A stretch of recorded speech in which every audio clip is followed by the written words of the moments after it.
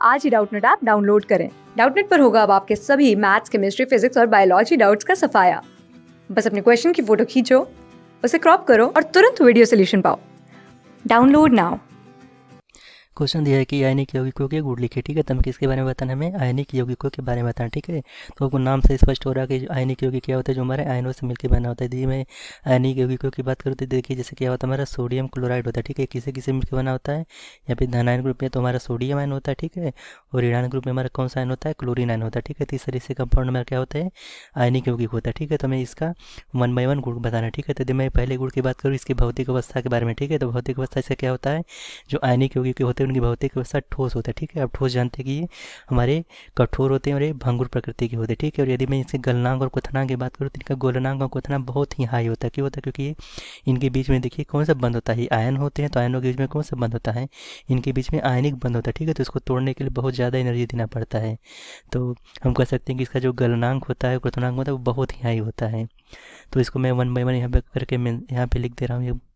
तो देखिए, मैंने इन सारे पॉइंटों के बेसिस पे मैं इस यौगिक को एक्सप्लेन करूंगा। सबसे पहले मैंने आपको बताया था कि इस भौतिक अवस्था से क्या होती है, इसकी भौतिक अवस्था होती है ठोस होती है। ठीक है, और ये भंगुर प्रकृति के होते हैं। तो यदि कोई आपसे पूछे कि इसकी भौतिक अवस्था क्या होती है, तो आप सिंपली कह दीजिए कि इसकी भौतिक अवस्था ठोस होती है।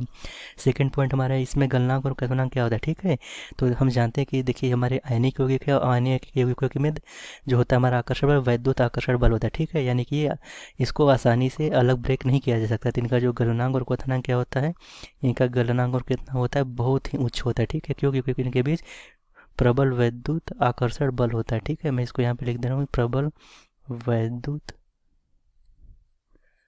आकर्षण बल के कारण इनको ब्रेक नहीं किया जाता, इसलिए इसको हम कह सकते हैं कि इनका गलनांक और क्वथनांक होता है वो बहुत ही उच्च होता है। यदि मैं घुलनशीलता की बात करूँ तो ये क्या होता है कि जल में घुलनशील होते हैं। ठीक है, लेकिन मैं कार्बनिक विलायकों की बात करूँ जैसे बेंजीन हो गया। ठीक है, तो इन सब में ये अघुलनशील होते हैं। तो यदि मैं घुलनशीलता इसको लिख देता हूँ कि ये जल में क्या होते हैं, जल में घुलनशील होते हैं। आपने सुना होगा कि जल में घुलने पर ये अपने आयनों में ब्रेक हो जाते हैं। ठीक है, तो मैं इसको कह सकता हूँ कि तो जल में तो घुलनशील होते हैं, लेकिन कार्बनिक विलायकों जैसे बेंजीन हो गए इन सब में अघुलनशील होते हैं।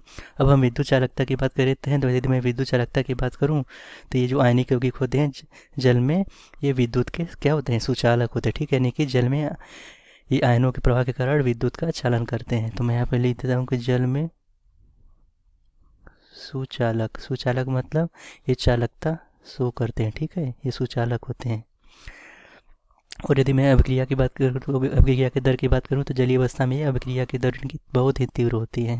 तो ये रहे हमारे 5 पॉइंट जिनके बेसिस पर हमने आयनिक यौगिकों के गुणधर्मों को लिख लिया। ठीक है, आई होप आपको वीडियो पसंद आया होगा। Thank you. क्लास 6 से 12 से लेके नीट, IIT, जेईई मेंस और एडवांस के लेवल तक 10 मिलियन से ज्यादा स्टूडेंट्स का भरोसा। आज ही डाउनलोड करें डाउटनेट ऐप या व्हाट्सएप कीजिए अपने डाउट्स 8400 400 400 पर।